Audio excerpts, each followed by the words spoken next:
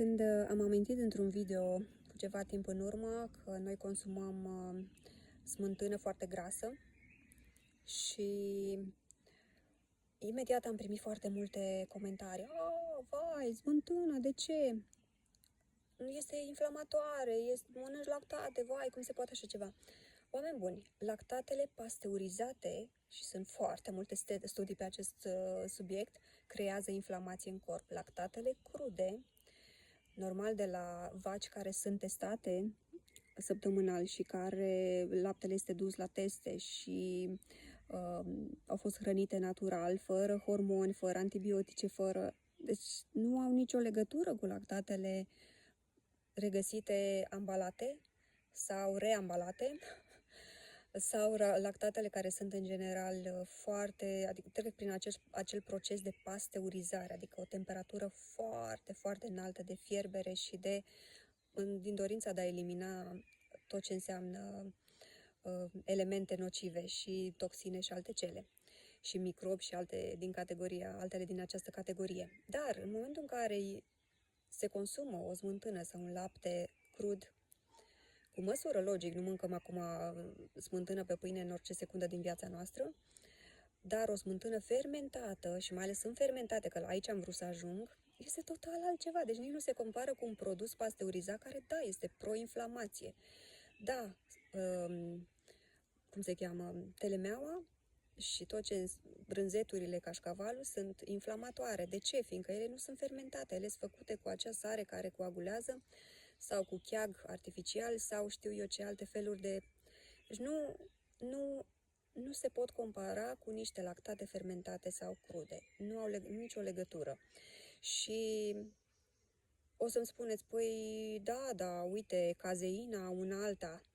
Cazeina nu se mai află într-un produs fermentat. În smântâna noastră fermentată nu există cazeină.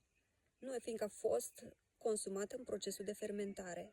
Deci proces fermentare îndelungat. Nu e astăzi mulți laptele, mi-a luat smântâna de deasupra și mi-a dat-o mie. Nu, este o smântână culeasă și lăsată la fermentat, fiindcă este aproape ca untul, este foarte, foarte grasă, sticlă de lapte la fermentat crud sau cu acele bobite de chefir de lapte, el se transformă într-un altceva, într-un probiotic foarte bun și într-un produs care nu este inflamator.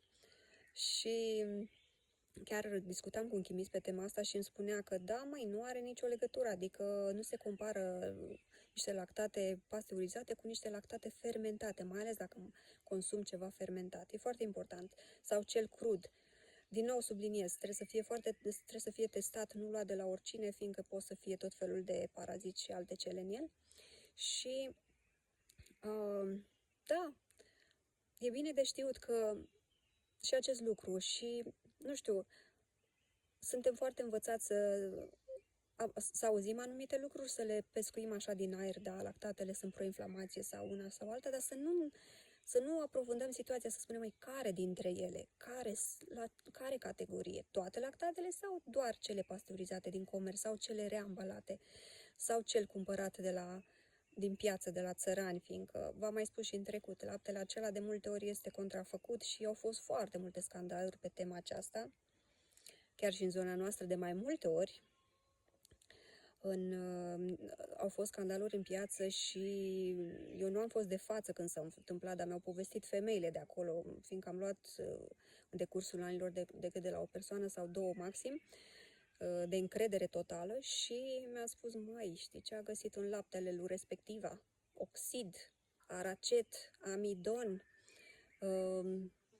nu știu ce pudră o substanță neștiută albă, care imita perfect laptele. Și cât era lapte? Păi nici 10% nu avea lapte. Dați seama, 2008, 2009 și după aceea, ulterior, au mai fost încă 2-3 scandaluri, tot pe aceeași temă. Le-a dat afară, nu le-a mai dat voie, le-a luat acel certificat de producător și s-au reîntors. Și din nou, același lucru au repetat, că nu se poate, știți cum e, lupul nu schimbă blana, niciodată. Lupul face întotdeauna ce știe el că trebuie să facă, prin înșelăciune, să-și câștige teren și clienți. Și nu e un lucru frumos, nici mie nu-mi place, nu-i corect, nu-i normal, dar așa este. Și scandalul acesta nu a fost doar în județul în care suntem noi, am înțeles la un moment dat că a fost în diverse orașe, fiindcă s-a purtat așa, nu că s-a purtat, s-a început o luptă împotriva la acest lucru, prin 2009, după aia a mai fost unul în 2012, după aia altul în 2018, după aia altul acum în 2020, deci peste tot. Și este o practică generală și nu-i frumos.